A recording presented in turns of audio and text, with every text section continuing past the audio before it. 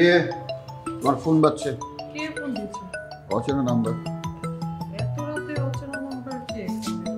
দেখো, হ্যালো, কে বলছেন? আমাকে আপনার চেনার কথা নয়, আমি আপনাকে চিনি। আপনার নাম?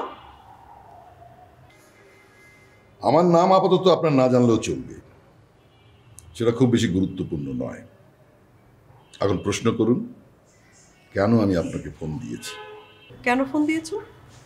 আজ কাজটা আপনারা ঠিক করেননি, পারলে নিজেদেরকে শুধরে নেবেন, না হলে ভবিষ্যতে কিন্তু পস্তাতে হবে। ঠিক কোন কাজের কথা বলছেন বলুন তো? সাহিল আর জেরির কথা বলছি। কাল কোনোভাবেই যেন তাদের কোর্টে তোলা না হয়। সাপের গর্তে হাত দিয়েছেন, ধ্বংস হয়ে যাবেন, সাবধান করে দিচ্ছি। দেখুন, সাপুরের কাজই হচ্ছে সাপ ধরা, সেটা গর্তের মধ্যে হাত দিয়ে হোক, সমতলে অথবা গাছের ডালে। আচ্ছা, আপনার আসলে ফোন দেওয়ার উদ্দেশ্যটা কি, এটা ক্লিয়ার করে বলুন তো। আমি যেটা বলতে চাচ্ছি সেটা আপনি ঠিকই বুঝতে পেরেছেন। আমার কথা মতো কাজ না করলে এমন মূল্য দিতে হবে সেটা আপনি সহ্য করতে পারবেন না।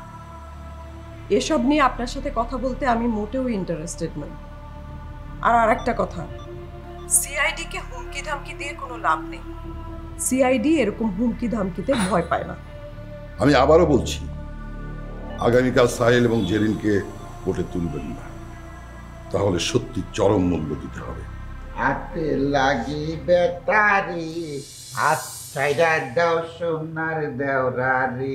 আইরে হাতে লাগি বেটারি, হাত ছাইরা দাও সোনার দেওরারি। এই, আপনি মস্করা করছেন আমার সাথে সুজন সাহেব? মস্করা করবো কেন? আপনি ভয় দেখিয়েছেন না, এই জন্য গান গেয়ে মনটা একটু হালকা করলাম। আমি সবসময় এরকম করি, শুধু আমার বউ যখন রাগ করে তখন করি না। কারো হুমকি ধামকি আমি নিতে পারি না, শুধু বউটা ছাড়া।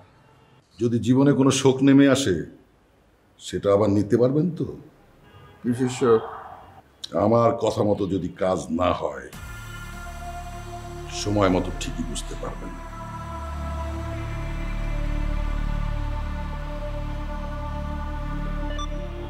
শোকের কথা কি বলবো?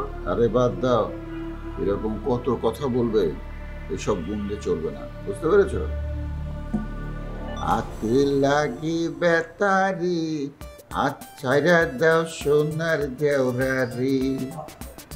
আচ্ছা, ফোন দেখি গানটা আবার শোনাবো না? আমার এই গান শোনার একদম ইচ্ছে নেই।